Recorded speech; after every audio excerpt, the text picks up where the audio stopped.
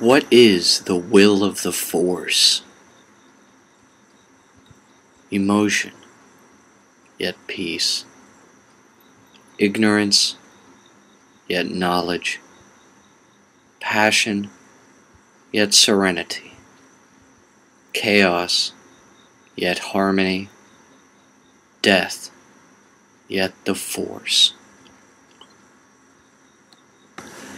This was the original form of the mantra that would, thousands of light years later, become the Jedi Code. We do not know if this mantra originated with the Ashla worshippers of Tython, the Order of Dai Bendu, or the Chatus Academy, but we do know when this mantra was first accepted and reworded to become the code of the Jedi Order of the Galactic Republic. Because the keeper of the Chamber of Antiquities in the great Jedi Library of Ossus, Master Odon lived from prior to 5,000 years before the Battle of Yavin and died 3,996 BBY, we date the acceptance of this mantra as the core of the Jedi Code to no sooner than this time. That the Jedi Order itself predates the Great Hyperspace War by almost 20,000 years means that 4 times the span of time passed without a Jedi Code as has elapsed since its initial adoption as the rule of law within the Jedi Order. There is no emotion.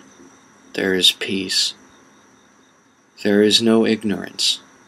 There is knowledge. There is no passion. There is serenity. There is no chaos. There is harmony. There is no death. There is the Force. Master Odon Ur's revised wording of the original and far more ancient Jedi mantra was meant to establish the rules, goals, and duties of each Jedi in the Order's sense. It is worded as an affirmation of the positive combined with a denial of the negative, and thus interprets the role of the Jedi to perceive, interpret, and enact only the will of the Force which is good or beneficial, and to reject that which is evil or harmful. This defines the Jedi Order as a force for good in the universe. However, prior to the adoption of the Jedi mantra as the official code of conduct for the entire Jedi Order, and rewording it to deny half of those original traits listed as forbidden to them to know, study, or do, the adherents of the magico-theocracy of the Sith on Korriban had learned of and interpreted this mantra for themselves. The Sith, even prior to the Jedi, had adopted a similar concept of a code of conduct based on this ancient mantra's tenets. However, theirs decomposed the old saying into their own form of logic, that of power-mad tyrants. There is no peace. There is anger. There is no fear. There is power. There is no death. There is immortality. There is no weakness. There is the dark side. I am the heart of darkness. I know no fear, but rather I instill it in my enemies.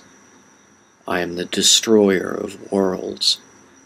I know the power of the dark side. I am the fire of hate. All the universe bows before me. I pledge myself to the darkness, for I have found true life in the death of the light. The Sith were pitted against the Jedi, with the Galactic Republic caught in between them, due in large part to the Jedi's loyalty to the Republic, even when the motives of the Galactic Senators have been corrupt, or the strategy of their demands flawed. It was at this moment the Republic made what might now be considered a mistake. The Sith no longer posed a threat to the Republic, but the Supreme Chancellor was unsatisfied. Jedi and Republic forces were sent to Korriban and other Sith planets to ensure no remnants of the Sith Empire remained. It was this action which drove the surviving Sith to flee into deep space, with a new Dark Lord who rose to take Naga Sadow's place. The same Dark Lord they continue to call Emperor to this day. I believe this was why he led his people to rebuild their civilization on Drummond Kaz. And this was why they returned 13 centuries later to get revenge against the Republic. Originally, the Sith were not pitted solely against the Jedi, but against the entire Galactic Republic itself. The Sith were a species of extremely hostile magical tyrants, ruled by a series of petty kings, later Dark Lords, and ultimately an Emperor. They were always opposed not only to the Jedi and what they considered their narrow dogmatic views of the Force, but more importantly to the format of government the original star systems had formed on Coruscant as the earliest Galactic Republic. The Sith planned originally to simply conquer and replace this form of government using military force. It was only following the Great Hyperspace War and the purging of the Sith from their home world of Korriban by the Jedi that the Sith learned how to use their militaries against only the Jedi, but to infiltrate and corrode the Republic's system of government from within. The crowning achievement of the Sith, following the taming of their original species Fury by its extinction at the hands of a fallen Jedi, was the event called now Order 66, and the final replacement of the Republic form of government with a dominantly imperial form of political tyranny, which lasted following the Battle of Yavin until at least the generation of Cade Skywalker, some 137 years ABY. The establishment of a strong enough popular support to allow the rise of the Galactic Empire under Emperor Palpatine's new order was only accomplished over a period of several thousand years, during which the Sith's numerous attacks against them had eroded the moral fabric of most of the citizens of the Old Republic. As the willpower of the people and other species of life in the galaxy began to weaken, the moral certitude of the Jedi Order in their defense of the crumbling Republic was increased to a nearly fever pitch. This culminated in the creation, either by Sith alchemy or by the midichlorians themselves, of the Chosen One, who would bring balance to the Force. Because Anakin Skywalker died a Jedi, he reaffirmed the good of their order. However, it was because he had adopted the ways of the Sith and learned about what the Jedi had long called the dark side, that he was able to overthrow Emperor Palpatine and thus defeat the menace of an empire exclusively and permanently under Sith rule. Anakin Skywalker was both a fallen Jedi redeemed and a Dark Lord of the Sith. This is how he restored balance to the Force.